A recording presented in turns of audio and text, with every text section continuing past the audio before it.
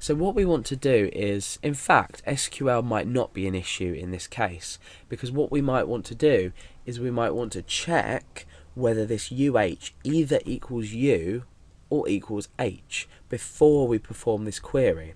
So we've grabbed the value UH. What we can do now here is above the query we can check if UH, the variable, is equal to either a small u, which it'll automatically be small because of the str to lower, or will it be an h. So we can say if UH is equal to a u or UH is equal to an h, then we can run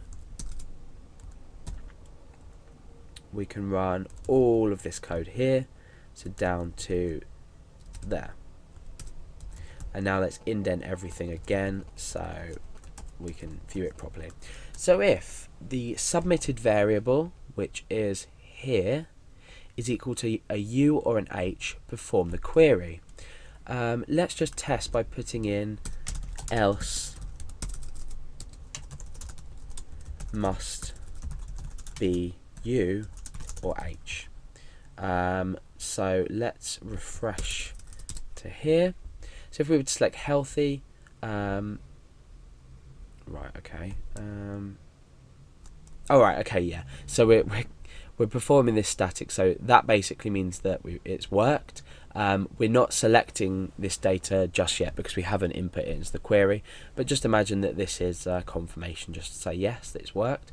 If we click healthy again, we still receive this message. However, if we were to modify this up here to say A must be U or H, or in fact something that might be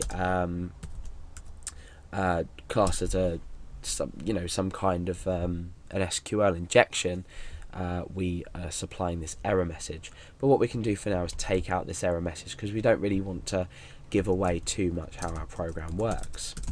So let's go back up, and now we need to do something about this query, because at the moment it's selecting this ice cream row, and this is useless because we're allowing the user to input a value, but we're selecting a query based on our static preset conditions here.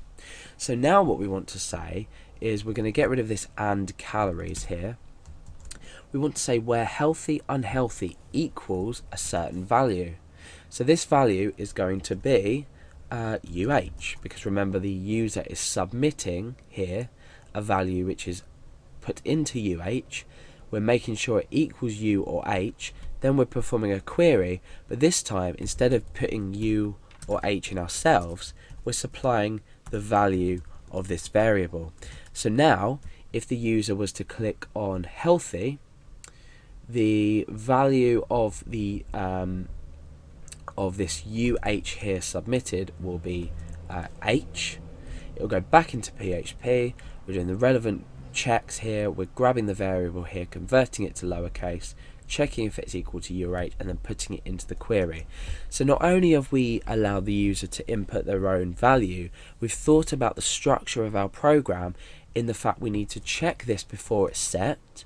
We need to then set it into a variable, then we need to check, then we put it into the query, and follow on by producing a list of all food which is either healthy or unhealthy.